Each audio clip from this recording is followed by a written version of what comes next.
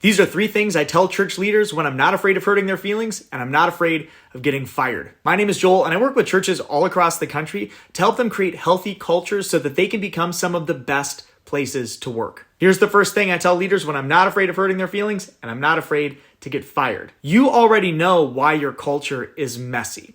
And usually it's people that shouldn't be there. I am shocked at how many times I meet with a church leader and right away they tell me who is an issue.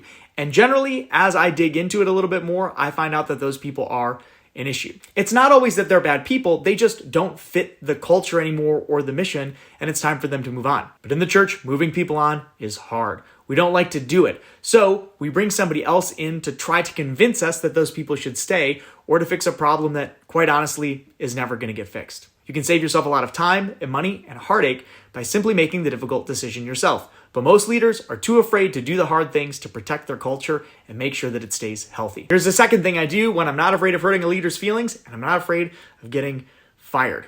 You are not too busy. You just are mismanaging your time and you're probably wasting your time because you're avoiding something bigger. And here's the third thing I tell leaders when I'm not afraid of hurting their feelings and I'm not afraid of them firing me as a consultant. Your refusal to invest in yourself and to grow as a leader is hurting your team and is ultimately going to lead to the demise of your church. Learning and growing as a leader is the price to play the game of leadership. And yet, when it comes to church leadership, we are so ministry minded that we never step back to go to a workshop, read a book, listen to a podcast, because again, we just think we're so busy. The result is that we know just enough to be dangerous as leaders. We take a snippet from a book we read or a podcast we heard or a keynote that we heard at one point, several years ago, and we mash it all together into some really jumbled leadership philosophy. And we end up doing more damage than good because we don't actually know what we're doing. If we want to be effective as leaders, especially in something as important as church work,